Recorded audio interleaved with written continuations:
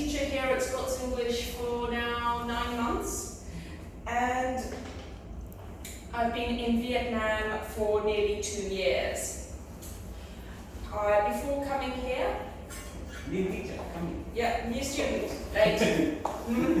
Before coming to Vietnam, I taught in Hong Kong for 2 years, and before that I taught in London. I was born in London, born and raised in England. Now, your turn. What's your name? How long have you been in Vietnam? Have you lived anywhere else? Let's give it a go. Okay, so my name is Linh.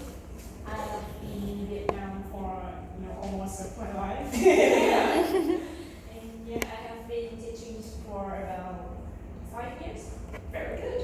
Okay, throw someone else. Me? Yeah.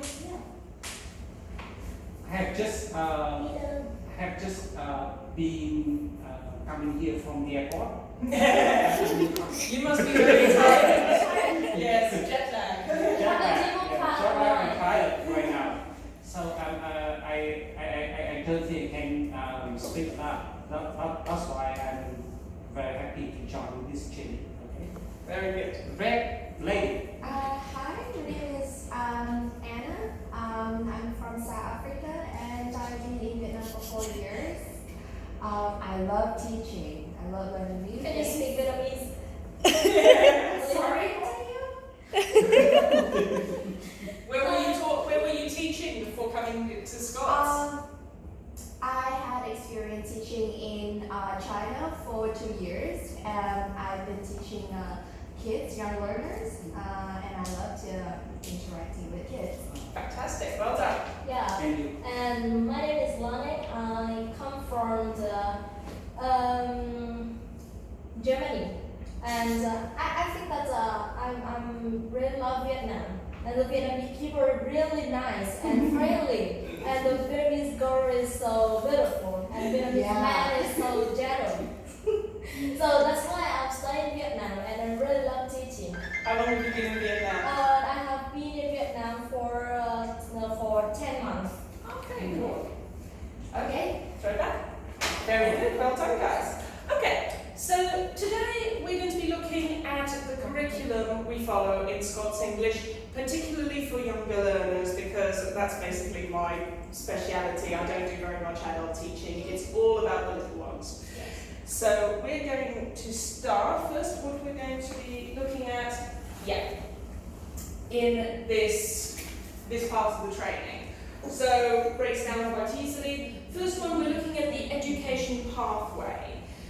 So the way things work in Scots English is that we start the kids off maybe even as young as sort of 4 years old, and the idea is that they're going to progress through our educational system and getting progressively, obviously, better, we hope, at English, so we can stay with them right down from pre-K all the way up to adults or even up to IELTS level. Yes.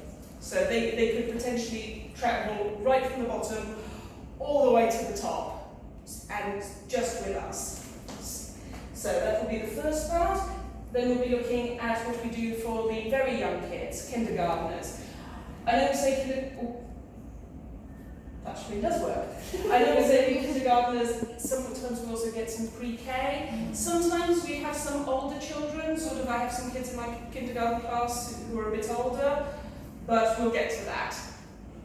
Kids course, what we call in my country primary school, I think, what do they call it in the US? Junior high or something? I can't remember.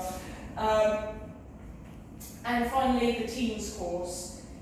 And we're going to be looking not just at what we teach, but also how we're going to be teaching these 3 different levels, because you can't just come into a teenager's class and says, "Hello everybody, can we all say hello, Miss Morgan?" They're going to think you're a freak. So, now, right, and afterwards, because this is only the first of 2 trainings, We have another training on the use of the IWB, the interactive whiteboard I'm using now, and the ecosystem, which is the method we have of giving feedback to the students and their parents. We'll also be doing an introduction to placement tests, working out what level kids are, and demo classes, giving a short class to give the kids a sense of how we teach. Finally, at the end of both training sessions, we will have a short test just to see how you've learned, what you've taken away from this training. They're not going to be right or wrong answers. You're not going to get in trouble if you get them wrong. It's purely to work out what you've personally taken away and are going to use in your classes. So no pressure, guys. This isn't like, you failed, be gone, you're not teaching in Scots anymore. Unless you do something like, if students are bad, throw them out the window or something. So don't write that down. Okay. So, okay, that is far too small.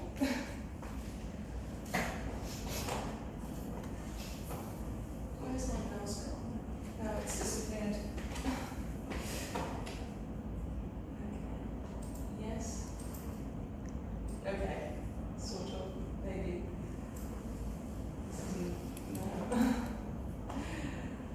No. My mouse is on the board, it's not down actually where I want it. Okay. Okay. That's okay. Sorry guys. Perils of technology. Right. So are we familiar with the sort of standard grading for language speakers? Yeah, that goes up to the top. Yeah, CEFR.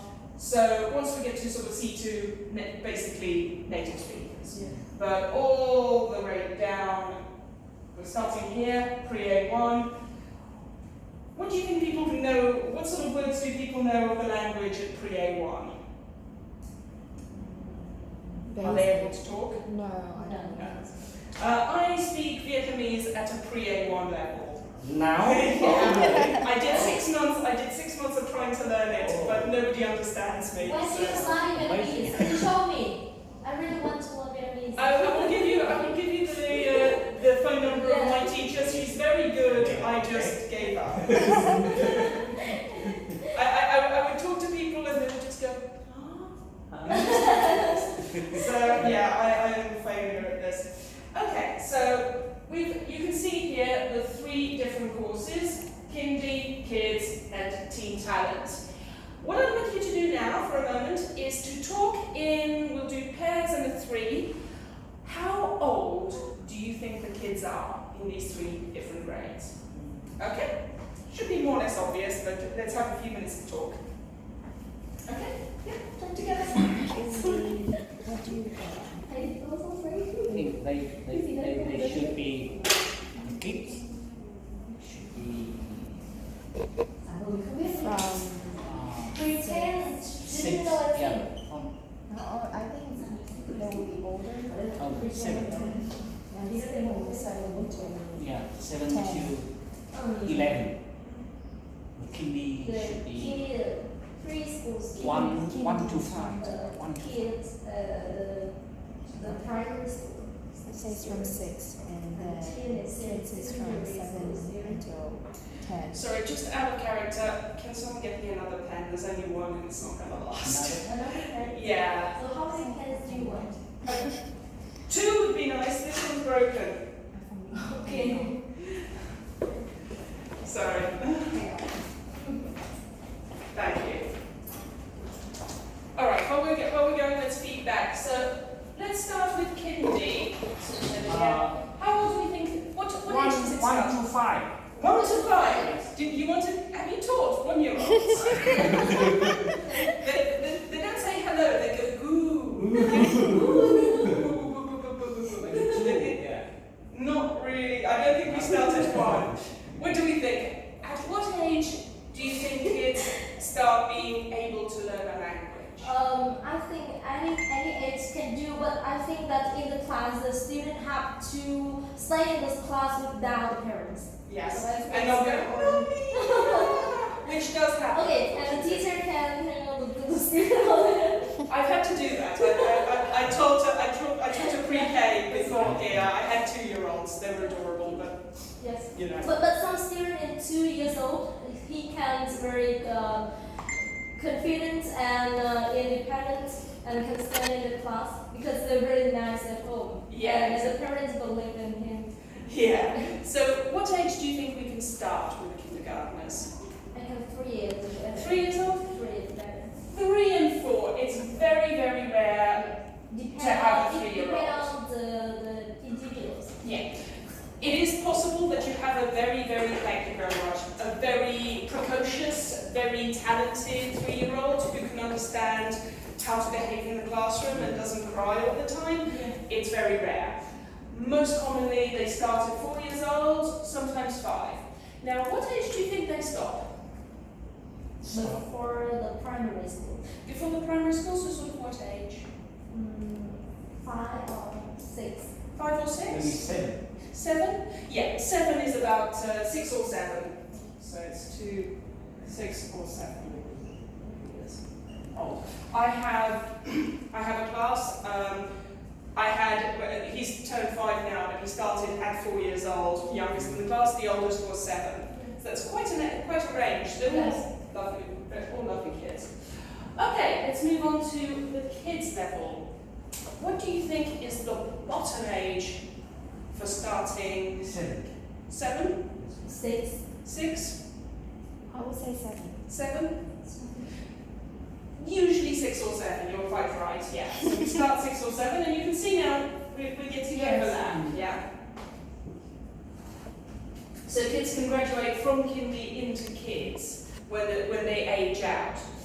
So yeah, I have a student in my kids' class who is 6 years old, very smart little girl. Tiny compared to the others, Yeah. but she, as I say, like the 3-year-olds in kindy, sometimes you have a very talented child Yes, who's yeah. capable of it. And that's the nice thing about the Scots system, is that we don't just grade kids on age, we grade them on ability. Yeah. So if a kid is really smart, they can move into a higher bracket. Not that we have 3-year-olds in the teens classes. I don't think it's that extreme yet. Okay, and what do you think is the top range for kids? 10 or 11. 10 or 11? Should be 12. 12? 10. 10? Yeah, 12 seems to be sort of the cut-off point. I have never had a teenager in a kids class, so I'd say 11 to 12 years old again. Again, maybe you've got a kid who is 13. And last one, teens. 10 is 11 to Younger than 18. 20. To 18? So 10, 11 to 18. Yeah. What do we think? Teens should be 14 to 18. 14 to 18? Well, it's giving us a bit of a gap there, because what happens if you're 12 and 13? Where do you go? Out of school. Another school? Sorry. Get Are out. we going to tell the kids and the kids' parents? Yeah. Okay, he's finished. Off you go. Okay. See you in 2 years. Yeah, it's like, yeah, okay, we're going to take the fly for a while. So no, again, we have the overlap. So I've had 10-year-olds sometimes in teens classes. Again, very talented ones. 10 to, usually about 16. Yeah. We don't often get above 16. Once they're 17, 18, they tend to go into one of the adult classes. Because the thing is, with these approaches, it's not just the difficulty of the language, it's also the topics. So we could have a very complicated lesson about pets or toys, for teenagers, but they are going to be really bored because that's not a topic that interests them. Or we could have a very simple topic about, I don't know, countries of the world. But are the kindergartners going to be interested in countries of the world? No, not really. So it's a question of grading the topics to the interests of the students. So, for example, I have a very high-level kids class, and the students there are in the 11-12 age group. they are getting very bored with the topics, and I'm really looking forward to moving them on to teens, because I can tell they're just going, wow, we're learning this, we know this, this is kids stuff, we want to do more interesting things. So yeah. Okay. So that is our pathway. So you can see the way the students will move up, and there is again some overlap. So when my kids, the kids 3D, when they move to teens, they won't be going to teens 1, it will be teens 3. There we go now, small one. Okay, so what I'd like us to think now is, do you have any experience with these age groups? Before we even put you in a classroom, do you have any experience, any tips on how to handle, how to teach these age groups? So I'd like you again to talk in your pairs quickly. 3, if you can talk to your phone. Talk about what you've learned in your experience, and it doesn't even have to be teaching. Even if you have no teaching experience, think about, do you have any brothers and sisters? Have you ever had to babysit? No experience at all? No brothers and sisters, no nothing? Okay, alright, well I didn't even know why and how I could just press the qualification from scratch. Okay, well then you listen carefully to everybody else. You must have done something. Okay, so talk together, please. Talk about what experience you've had in your Kids. What? Oh, kids. You have been experiencing I kids? think they love games, so it's going to some Sounds games like- and then what? It's a secret. Go with your partner. Certain games are games. done into different groups. How many groups would be Depending appropriate? on the size of the class, I think.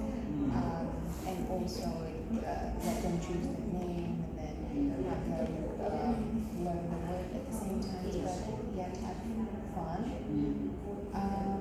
And then, sometimes they get distracted by other words or other partners in class. So I have this controlling, like a virtual bomb on the board, so that whenever they talk, have that behavior, then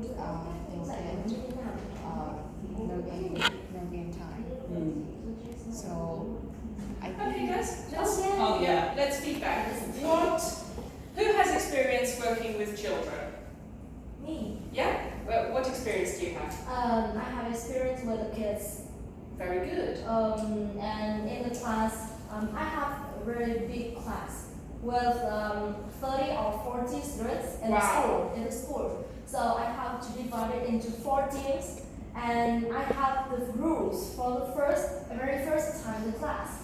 Mm-hmm. I have to set the rules, and I draw the icon of the rules in the board, Mm-hmm. and I can tap all the icons, and the students can understand what the rule is. And if the teams can do the rule first, can have the star or the heart, and the team break the rule can leave the stars.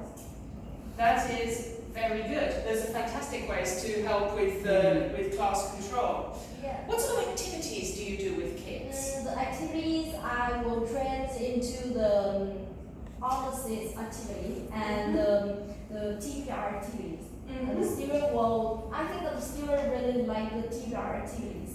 Because Just for the class, can you explain what TPR is? because I will let each team or one person from each team will count and do. For example, in the class we have the 4 teams, so for first student from each team will come and join into the game first, and we'll do the example for the rest of the school, the class. That's very useful. Yeah, that's great. Thankfully, our classes aren't that big at Scots, so anybody panicking, don't worry, the classes don't usually go above 10 students. So yeah, our maximum is about 15, so it's going to be a lot easier for you. Yeah. But no, even if you have 6 kids, those are fantastic rules. Getting them to play in teams, they love playing in teams, and it allows them to use the language together rather than just talking to the teacher. Setting rules before class, very important if you've got a very rowdy class, so they know what's expected of them. And the star system, I really recommend everyone uses that. We have our own special stickers for Scots, so when the kids, if they get a certain number of stars, maybe they get a sticker, maybe let them choose a video, it's really good. What other experience have people had with teaching children? Anyone else? I've been teaching teenagers. I think it's good to have some sort of connection to their current interests. You know, they try to put themselves as adults, and sometimes they want to note about things that is popular to people. So I think if I can open up a topic so that they can debate and talk about what they care, talk about what they're currently popular, then it can be a nice activity. And I realized that they no longer like physical-based activity. So let's say I can put some role-play activities. I make some fake ID cards so that they can be different kind of people, be a doctor, be a magician, get them a nice background, and then they can get into the characters and they can talk more about it. Fair enough. I will say I'm not always in agreement on them not liking physical activities. I've had a lot of luck with the sticky ball. I found getting them to, so an activity I often play with my teenager students, if we're doing, for example, a tense, for example, past tense, present perfect, something like that, I get them to do a verb race. They write as many verbs as they can in a certain amount of time, or maybe find a verb for every letter of the alphabet, and then they put it up on the whiteboard with a pen. And then we use the sticky ball, and they throw the sticky ball at the board and have to make a sentence with that verb, whether it means putting it in the past tense, whatever it is, it's a way, and they do like getting up out of their seats sometimes. As long as they're all doing it, it's not just one, because they, you know how self-conscious peer teenagers pressure are. and all kind of stuff. Exactly, yeah. So, no, those are, otherwise those are very, very good rules. Anyone else? I didn't have any experience in teaching real class, but I have been said that for kindy classes, we need to create more activities and keep them attraction to all the contents. Okay. This is, we're going to get into this a bit more with when we get into the books, but there is an issue that teachers think they can just work out of the book. So it's just sit down, open your books, do exercises 1 to 5. 3 to 4 years old. Not going to happen. So yes, there is absolutely a need for, when you're teaching a kindergarten class, I mean, I only open the books in the last 10 minutes. For the rest of the class, we're doing games and activities, because otherwise there's just no way they're going to learn. But no, that's very true. So games and activities.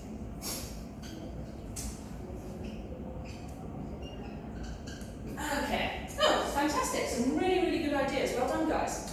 Okay, so we're going to move on, and we're going to be looking now at the first for pre-1, the kindy class.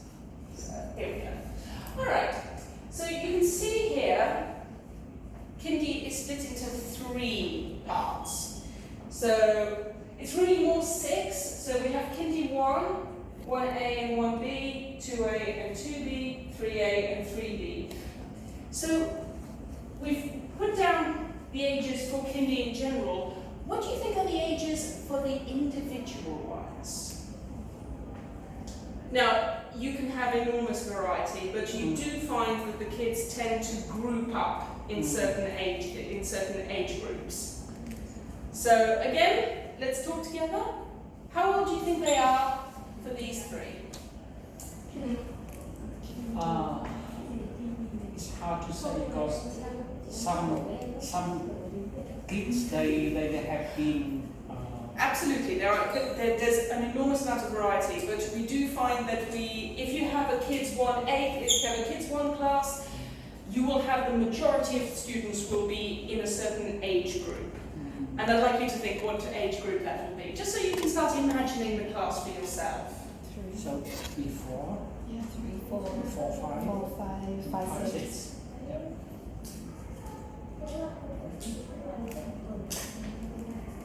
Yeah, you think so? Okay. So what do we think? The first is 3, 4.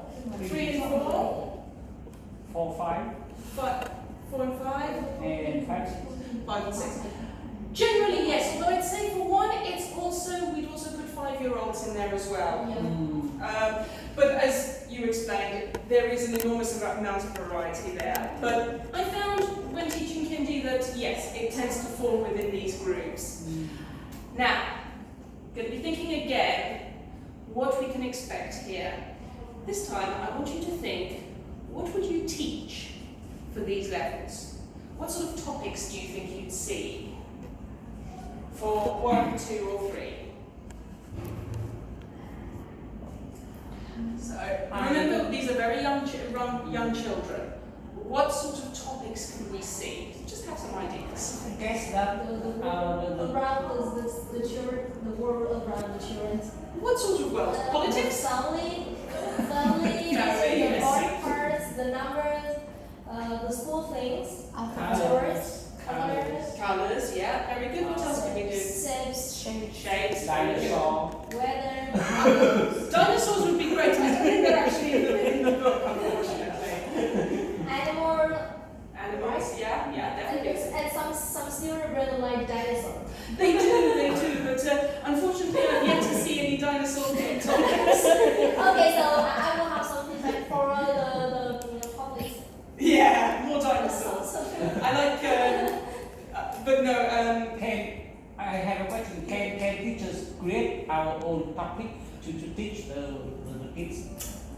there is a set amount of language that you have to teach, but as long as you hit that language, yes, you can. There's something I like about Scots, it is so flexible. So the two things that we didn't actually bring out, which are very, very important, alphabet and numbers. Yes. Those are very, very key. Yes. And they progress throughout, there's a progression throughout the 3 different levels. So from Kindy 1, they're learning the names of the letters, A, B, C, and numbers 1 to 10. 2, they're learning the sounds, A, B, K, and numbers 1 to 20 now. And finally, in Kindy 3, they're now starting to read small words, cat, dog, ball, that sort of thing. And the larger numbers, the 30, the 40, 50 sort of numbers. So yeah, there's, and if you have a class which is letters or numbers, as long as the kids are learning these letters and numbers, then yes, you can create your own material. I like using the super simple song 10 Little Dinosaurs for exactly that reason. The kids love the dinosaurs. Okay. Any questions before we move on? No. No, we did quite well. We'll have a Q&A at the end anyway. So, okay. This is the course layout. Now, this is something that you'll be able to look at online on Ecosystem. We'll look at Ecosystem next, but it will have all these details. So the total length of the course, the whole thing, is 36 hours. Each lesson is an hour and a half, and you'll have 2 lessons per week. Sometimes we split it between 2 teachers, but I don't do out of character. We don't do that with kindies, do we? We don't have 2 teachers teaching kindies. No, I don't think so. I know kids sometimes we do. I didn't know how it was. Okay. So it's over 3 months, 12 weeks all in all. Each course has 5 units. Each unit has a particular topic, like, as we suggested, family, animals, body parts. I'm doing one at the moment which is fireworks. Okay. There are actually 10 units in each book, so we use one book for two courses. Yeah. So Kindy 1A, Kindy 1B will both have the same course. It also keeps the parents happy, so they don't keep buying new books. Six new books would be a bit Yeah. At the end of each unit, the children will have a craft. So it's not just sort of colouring in, this time they're going to make something. We keep the crafts in, and this is the point I really should have gotten from. Imagine I have it here, this portfolio, that they will put it into the portfolio, and then right at the end of the course, we will have a parents' evening, so we can sit down with the parents and go through and say, okay, little Mintuan has been very good this course, he's learned his numbers, maybe he needs to work a bit more on letter sounds, and here are the lovely things he's made. It's like a little arts exhibition of all the good work he's done. And yeah, also at the end, there's an exam. I know, 4-year-olds doing the exams, but it's very, very simple. The kids just have to colour in a few shapes so they understand. So when you say colour the triangle green, they can work out, okay, that's a triangle, that's the colour green, I colour in. And some speaking, so you can ask them, so what's your name, how old are you, what's this number, what's this letter, what's this animal, just to test how much they've taken in, and if they're ready to progress to the next level, because when we're looking Kindy 1, 2 and 3, let's go back a minute, yeah.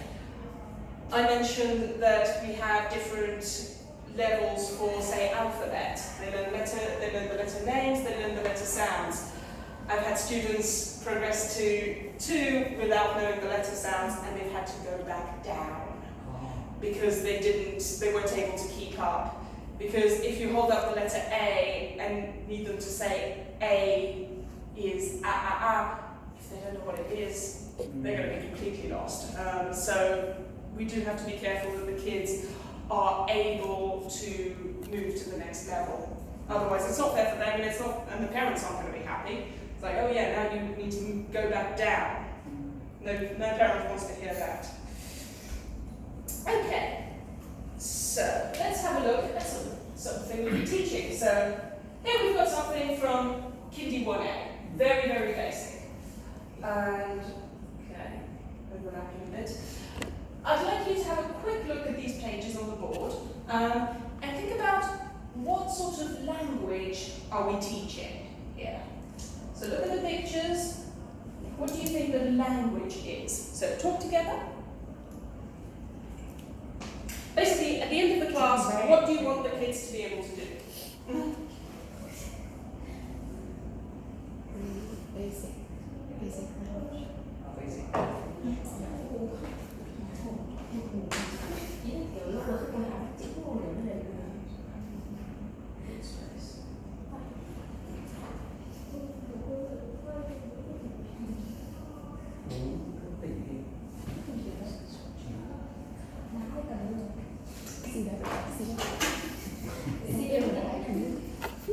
Okay, so what do we think?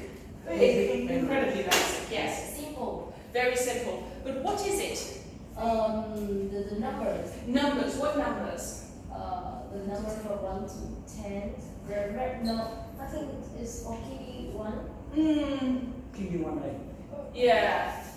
Like you can. Yeah, it is. Yeah. Appearance. Do you think they could do 1 to 10 right away? No. Some of them might. Some of them might be able to. But certainly we could do 1 to 5. Most kids know 1 to 5. Yes. And maybe you might start to bring in maybe 6 or 7. But I wouldn't try and do 1 to 10 because, yes, some kids might do it, some kids might not know 1 and 2.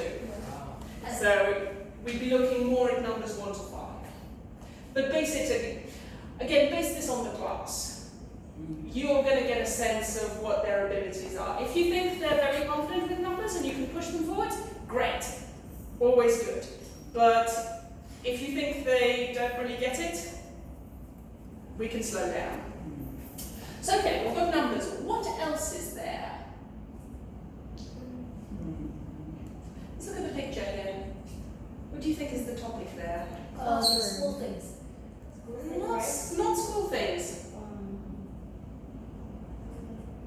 Okay.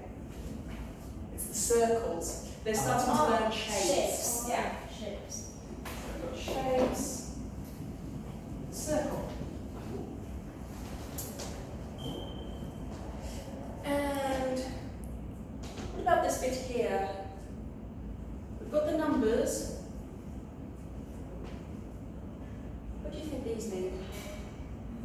The amount, like the quantity. Yes, long word for small children, but very good. We're looking at the quantity. Basically, because we know at this age they're not going to be able to give us large numbers, and we can't expect them to count how many little dots there, we're going to be giving them language they can use now. One and lots. So being able to tell the difference, okay, this is one pen, this is lots of pencils. We'll learn about the singular and plural nouns. No. No. I mean, if obviously drill it passively, get them to say 1 pen, 3 pens. But if they say 1 pen, 3 pen, don't correct them. It's they're going to be. That's already hard enough for them. So 1 and lots, and this pen is going to. Okay.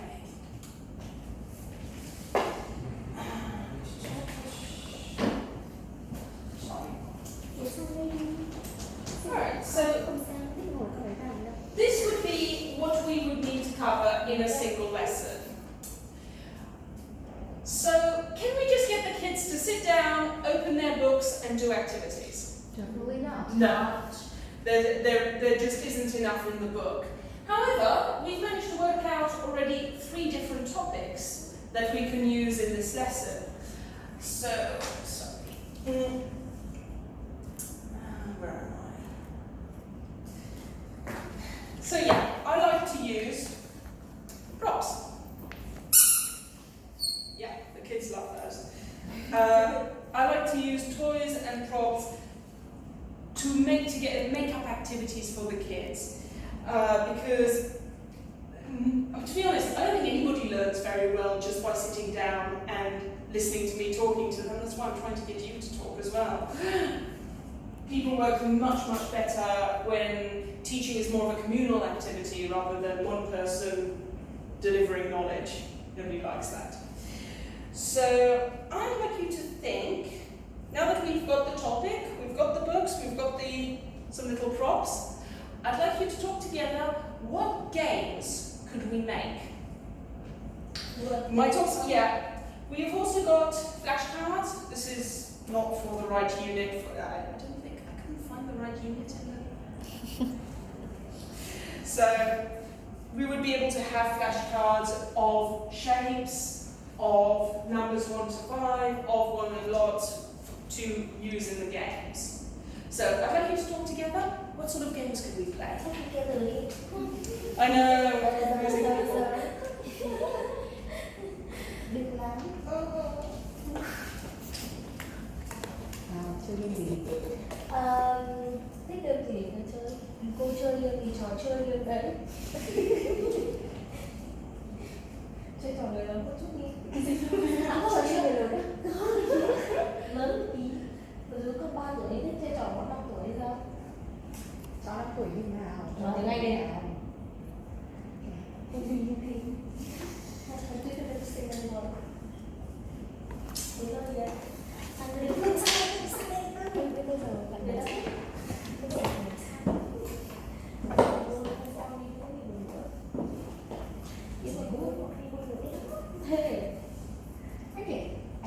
Okay, yes. What sort of games would you play? Jack-Catch.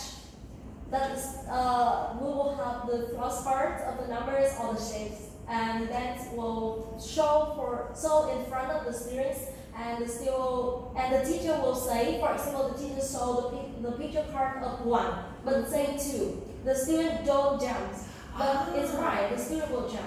Oh, that's a really good game, yeah. Yeah. And kids, obviously, you know little kids. That's so much fun. They love getting out and they love running around.